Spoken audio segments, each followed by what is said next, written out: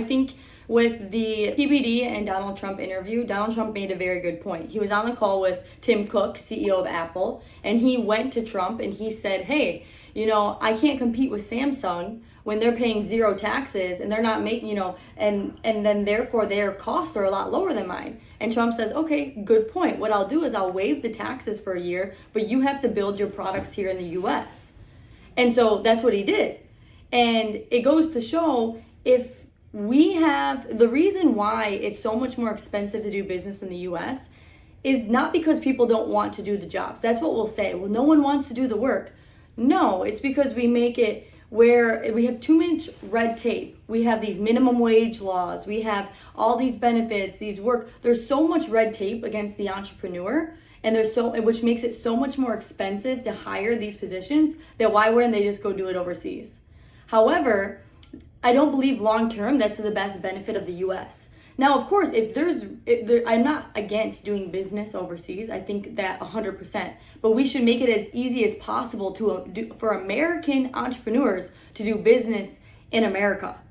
It shouldn't be as easy for someone overseas to do business as Americans. So I think we need to minimize the red tape. I think we need to minimize the legislation so the American entrepreneur has more flexibility and ability to hire, to fire, to grow, to expand, to invest their business in here in America. And if they decide to also, hire people overseas, so be it. But it shouldn't just be because the cost of doing business is exponentially more expensive here.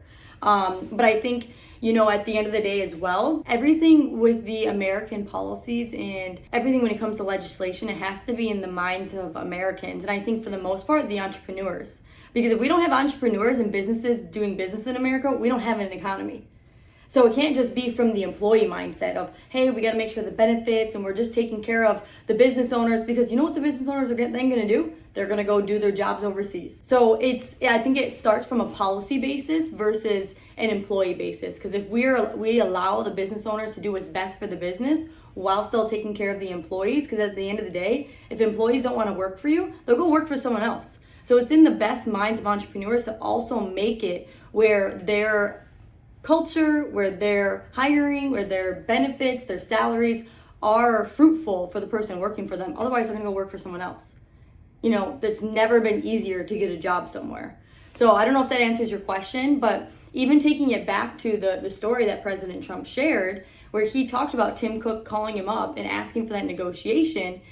Also, as an entrepreneur, I want you to think about this, because Tim Cook was able to call the president and say, hey, I'm unable to compete with Samsung because they're not paying these taxes. And Trump was able to waive the tax for a year, but he said, of course, you have to make your products here in the US.